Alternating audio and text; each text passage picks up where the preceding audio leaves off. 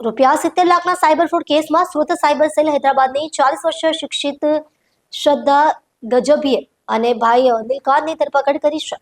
આ high profile રેકેટના તાર Cambodia અને ચીન સાથે જોડાયેલા છે. સાયબર ક્રાઇમના ડીસીપી બિશાખા જૈને જણાવતા કહ્યું કે ઠગબાજોએ એક એન્જિનિયરિંગને ફેસબુક પર શીલા શેટ્ટી નામથી ફ્રેન્ડ રિક્વેસ્ટ મોકલી હતી. પરિચય કેળવ્યા બાદ તેમણે ઇન્ટરનેશનલ ગોલ્ડ માઇનિંગમાં રોકાણની લોભામણી ઓફર કરી અને સારા વળતરની ખાતરી આપી. આમાં ફસાયેલા ભોળવાયેલા એન્જિનિયરે ટુકડે ટુકડે કરીને કુલ ₹69,76,000 ઓનલાઈન ટ્રાન્સફર કર્યા. પૈસા મળ્યા બાદ ઠગોએ રકમ વિથડ્રોલ કરવા ન દેવા અને ફરિયાદીનો સંપર્ક તોડી નાખ્યો હતો. આથી એન્જિનિયરે સુરત ક્રાઇમ બ્રાન્ચ શાખામાં ફરિયાદ દાખલ કરી હતી.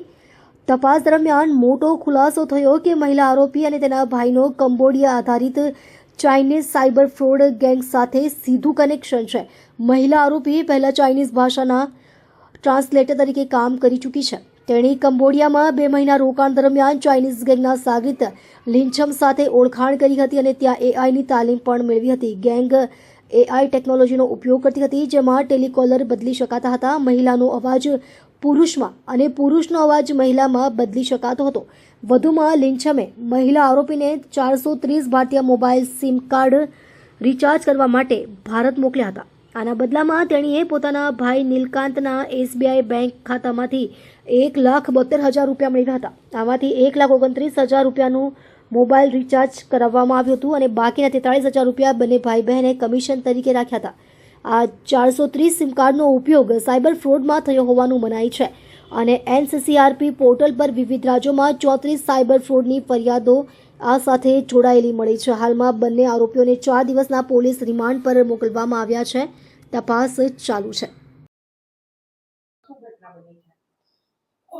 જે આપણા ફરિયાદી છે એક સારા ભણેલા નાગરિક છે અને નોકરી કરે છે અને એની ફેસબુક પર કોઈની સાથે ફ્રેન્ડશિપ થઈ.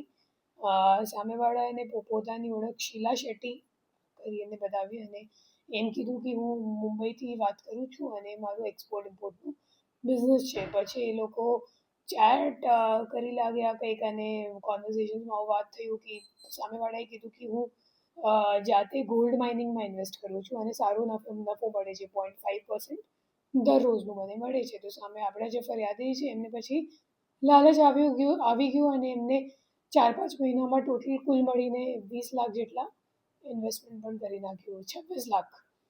પછી 26 લાખ ઇન્વેસ્ટમેન્ટ કર્યા પછી એમને એમ કીધું કે મારે થોડુંક વિડ્રો કરવાનું છે. તો એ લોકોએ 1.25 લાખ જેટલા તો વિડ્રો કરવા દીધા. પછી કીધું કે તમારે હવે ટેક્સ ભરવું પડશે.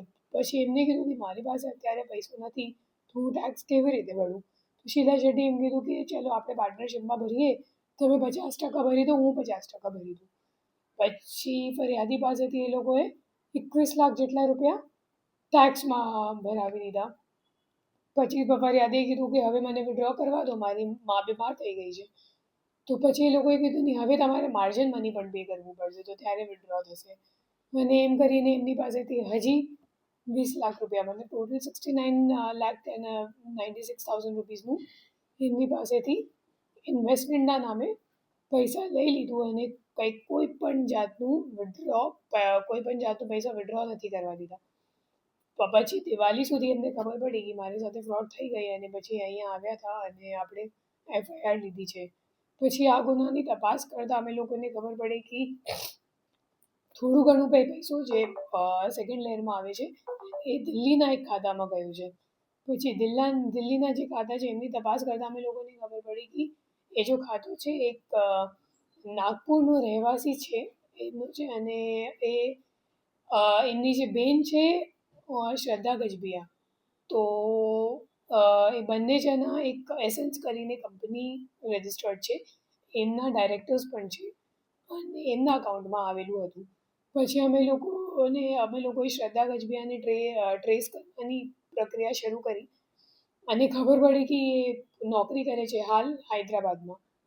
પછી અમે લોકો શ્રદ્ધા ગજબિયાને લઈને આવ્યા અને અમે લોકોને ખબર પડી કે બેઝિકલી શ્રદ્ધા ગજબિયા એક ચાઇનીઝ ટ્રાન્સલેટર તરીકે કામ કરે છે અને એમને મેન્ડરિન આવે છે અને અગાઉ પણ ચાઇનીઝ કંપનીમાં પણ કામ કરેલી જ છે ઓલરેડી, મતલબ ઘણા બધા કંપનીઓમાં, જેમાંથી એક ઓપ્પો છે જે પ્રખ્યાત કંપની છે, ઓપ્પો મોબાઈલની જે કંપની છે. પછી એમને નોકરી .comના મારફતે ખબર પડી કે કેમ્બોડિયામાં એક મેક્રો સોલ્યુશન્સ પ્રાઇવેટ લિમિટેડ